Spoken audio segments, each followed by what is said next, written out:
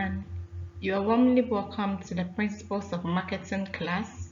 We are looking at Unit 6, Promotion, and we are focusing on Session 3, Advertising and Public Relations.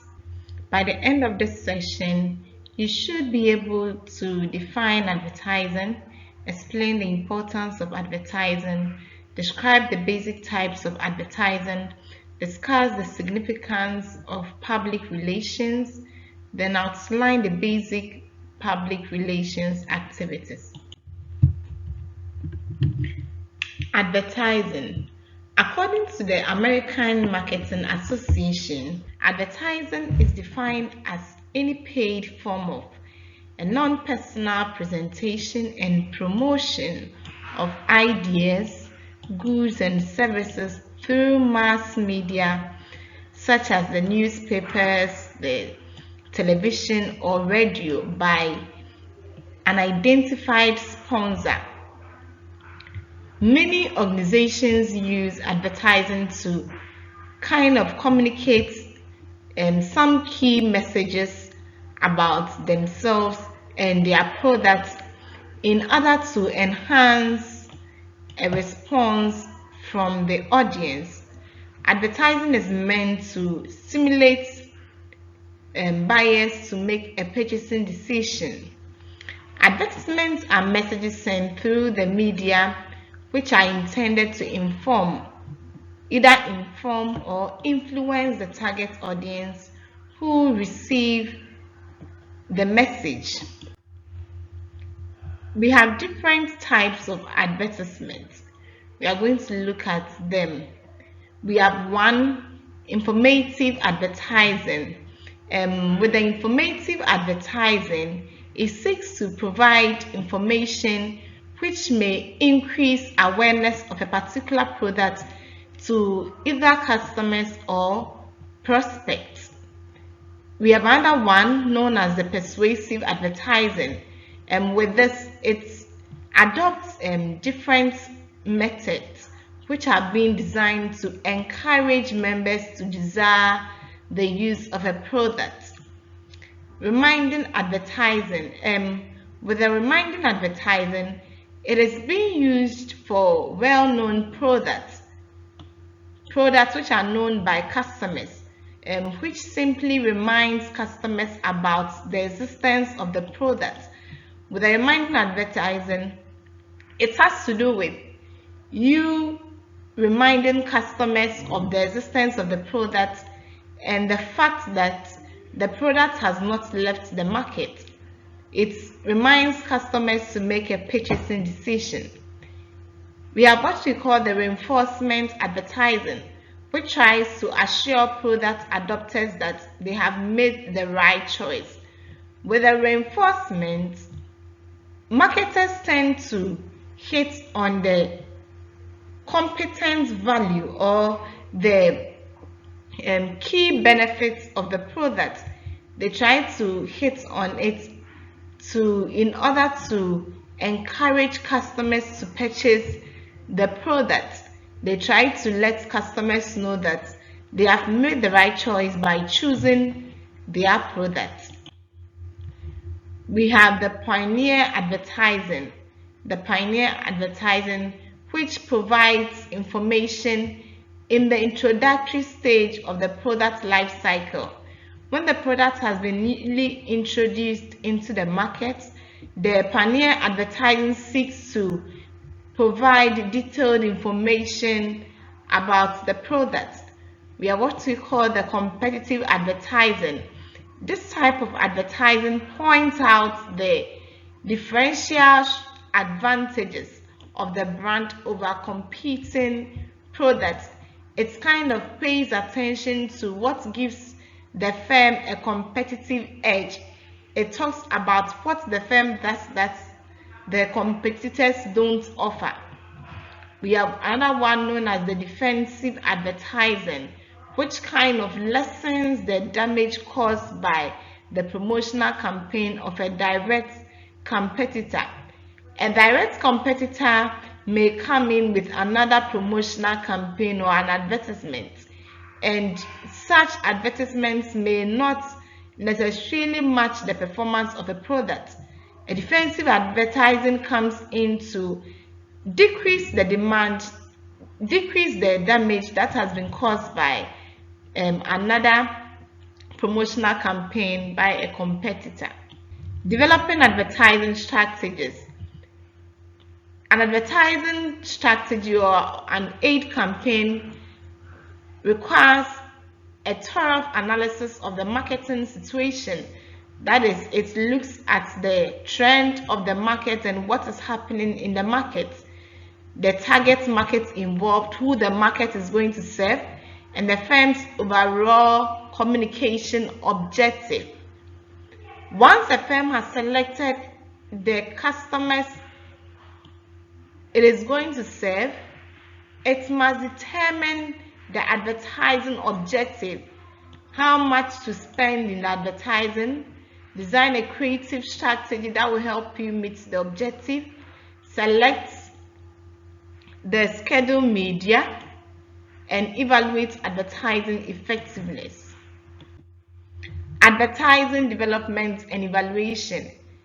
Before a marketer comes up with an advertisement or involves himself or herself in an advertising activity, there's a need for the marketer to come up with the target markets, clearly define or select the target markets. Who are you going to serve and who are your products meant for? After the target market is being selected, you determine the advertising objective. What do you hope to achieve at the end of the advertising? Then you determine the advertising budget. How much would you need to make the advert? That leads you to designing a creative strategy that will get the attention of customers. After determining the advertising budget, you select the schedule and the media through which means will you have the advertising. Then after you have designed a creative strategy and selected a scheduled media, which is done concurrently, you evaluate the advertising effectiveness. Does it seem to meet the objective you intended to meet, or it has deviated from the objective you intended achieving? And after you have evaluated the advertising effectiveness and you realize that it is not what you intended doing, you can redesign a creative strategy, or you can select another scheduled media, and that can also lead you to determining whether to come up with a huge budget or to cut down costs. We will take them one after the other. Selecting market targets. That is the first thing you need to do in developing an advertising strategy. The development of an effective advertising campaign relies on selecting target markets that the company can effectively serve. I keep on saying the target markets are the customers that the organization can serve effectively and efficiently. This selection is based on factors which is closely related to the marketplace and the advertiser, what is happening in the existing markets, and what is the current condition of the advertiser. Is the person well equipped as in terms of resources to serve target markets? The most important ones include the firm's core competence, its overall vision and potential of the intended target, what makes the firm stand out, what the firm hopes to achieve in future, and the likelihood of the target audience purchasing the product. For the placement of advertising during TV programs, the shows are selected for their ability to deliver exposure to intended markets. You realize that the youth are often focused for their ability to establish what is trendy, while the old baby boomers offer attractive markets because of their substantial disposable incomes. Baby boomers are those who were given birth to in US during the period of 1946 and 1964. It was believed that during this time, a lot of children were being given birth to, and those people, as it stands now, they are around 61 to 79 there. And these people are the working class that we believe they are being exposed to getting higher disposable incomes. Determining advertising objectives. After you have determined the target market, you look at what you hope to achieve after the advertisement. The objective should be a smart one. It should be specific. It should be measurable. It should be attainable. It should be realistic and time-bound. And it should be in consistency with the firm's overall marketing and communications objectives. An objective might be to increase brand awareness from 10 to 35% of all consumers within a particular geographical location. Another objective might be to increase sales or market share, say to achieve a sales growth of 2% in the next quarter. All these are objectives. And in certain objectives, it enhances the firm's ability to evaluate the effectiveness of its advertising expenditures. That is, the firm being able to utilize what has been allocated for the advertising expenditure. Determining advertising budgets.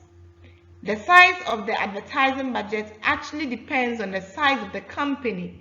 A huge company can commit a lot of money to its advertising activities. A company with higher profits can also spend a lot of money on its advertising activities. Smaller firms usually spend less. Dominant firms may spend a disproportionately large amount of money to maintain market share and discourage competition. Also, a growing industry may warrant higher advertising budgets to build awareness since it's a growing industry. Budgets are often based on the percentage of sales. Mostly people draw budgets for advertising based on how much they are selling, what competitors are offering, or who their competitors are, whether they are relaxed or they are very aggressive, what the firm can afford, as in the current financial position of the firm, or allocation by objectives and a recommended approach. Designing creative strategy. Creative strategy actually combines the what is said with how it is said. It can be that an advertising content may not be that interesting, but the one who goes about with the content can make it very interesting. Typically, the advertiser specifies the general content or themes of the message, and the aid agencies work with the company to develop the presentation. So you don't leave the content in the hand of the aid agency or the advertising agency. It is very advisable that the agency works with the marketing firm so that you direct them as to what to say and how to go about it. Usually, the content or themes are the product's primary benefits or what gives it a competitive advantage, which is being presented in an attention-getting message that the target audience can comprehend and remember. The advertising content shouldn't be a bulky one. It shouldn't be with the usage of big vocabularies. It should be simple in that the target audience would understand and will stimulate their desire to purchase the product. As competition for audience attention increases, highly creative and entertaining commercials become the commonplace. Selecting and scheduling media. Media planning involves decision on the media class, which consists of 7 classes of advertising media, which is the television, magazines, newspaper, radio, outdoor transit, and direct mail. And also consists of the media vehicles, which looks at the radio, the TV shows, and etc. Marketers must then decide on the media schedule that talks about the frequency and the timings of the ads, when the ads can be displayed. Is it a time that students have closed from school that you are showcasing a student ad, or is it time workers have closed from work in order for them to choose from? When we talk about media schedule, what one would have to pay attention to is the reach and frequency of the media. The reach refers to the number of different people or households exposed to an ad or campaign over a specified time period. Frequency has to do with the number of times a person or household is exposed to a communication vehicle. That is the number of times the marketer or the prospect watches the ad. Advertisers must address the basic question: when advertising is for a new brand, which may be the paramount objective.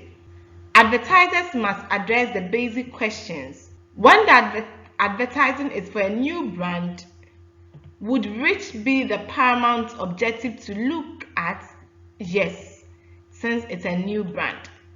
Also, are the messages presented does the message present a detailed information or varying with heavily advertised competitors' need? Does the message present detailed information, or does it come with varying heavily advertised competitors who are also in the market, or it needs to be repeated to customers? They are supposed to ask, marketers are supposed to ask themselves these questions. Evaluating advertising effectiveness. The evaluation of advertising typically includes pre-testing of the advertising, post-testing, and sales effectiveness research. Pre-testing proposes print and broadcast ads that are done by evaluating consumer reactions through direct questioning and focus groups discussion.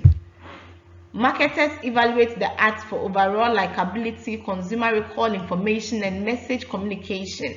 So with the pre-testing is before the advertising activity. It is done to check whether everything would be on point.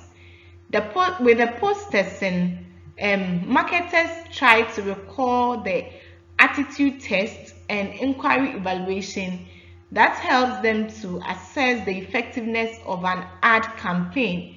With it, after the advertisement has been done, marketers try to review what has been done. In unaided record test for print aid, respondents are questioned with no prompting about ads which are mostly found in magazines. In aided record test, subjects are given lists of ads and ads which they remember and read. So with this, you have to sample a few customers to conduct the post-testing on them. So with the aided record test, you give them a list of advertising activities, and you ask them to choose from what they heard and what didn't they hear. Then with the unaided record test, the marketer or the advertiser uses a print aid, which helps respondents to kind of respond to some questions with no prompting about the act. Sales effectiveness evaluation.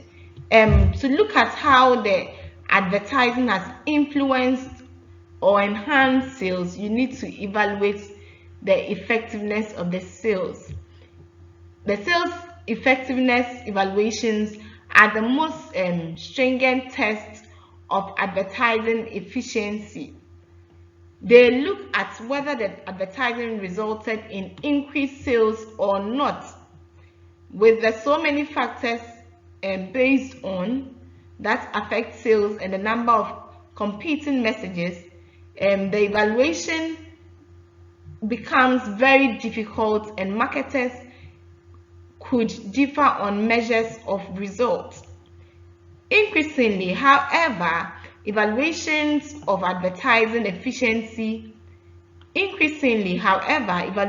evaluations of advertising effectiveness based on brand awareness will no longer be sufficient as time goes on.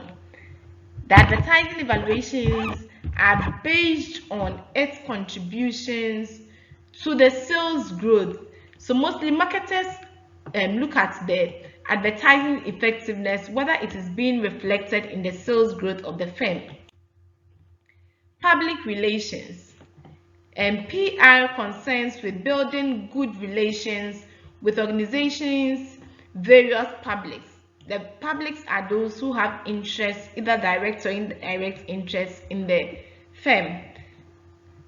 By obtaining favorable publicity, building up a good corporate image, and handling of unfavorable rumors, story, and events. So PR or public relations work to enhance the good image of a firm. PR is a much broader concept that includes publicity as well as many other activities. The departments have many tools. Let us look at them. We have the press relations, that is placing newsworthy information in the news media to attract the attention to a particular product, person, or service. Another tool is a product publicity, publicizing specific products. You try to differentiate them from other products. Another tool we have is known as the corporate communications, creating internal and external communications in order to promote understanding of the firm or institution. And we have another tool known as lobbying. PR could be used for lobbying. It helps to deal with legislators and government officials to promote or defeat legislation and regulation. Another tool is the counseling tool, which advise management about PR issues and companies' positions and the image it has built. PR activities: 1. They are into press release. They cover events affecting the organization, such as the news story, export achievements, and others. They also conduct press conferences. They kind of organize visits and open days. These are popular methods of inviting various people to improve their understanding of what an organization stands for. I know of some schools which conduct this open days periodically. Parents get there to ask teachers about what they teach their children, how their children are performing. The children's exercise books are being brought out. So these are all activities under PR in order to improve on the understanding of the customer. We have another activity known as the magazines, publicity literates, and education services. These provide strong, informed links between organizations and various publics. Another activity is the sponsorship of sporting and cultural events, which is mostly a useful opportunity to associate an image with particular type of function. Charitable donations and community relations. These are other activities of PR. They donate to the community, and with that, their good image is enhanced. In summary, we have discussed the various aspects of advertising and PR that marketers uses. Advertising is any paid form of non-personal presentation and promotion of ideas, goods and services through mass media such as the newspaper and others. Also, PR concerns building good relations with organizations, various publics by obtaining favorable publicity, building up a good corporate image, and handling or heading off unfavorable rumors, stories, and events. This brings us to the end of this session. I'll meet you in the next session. Thank you.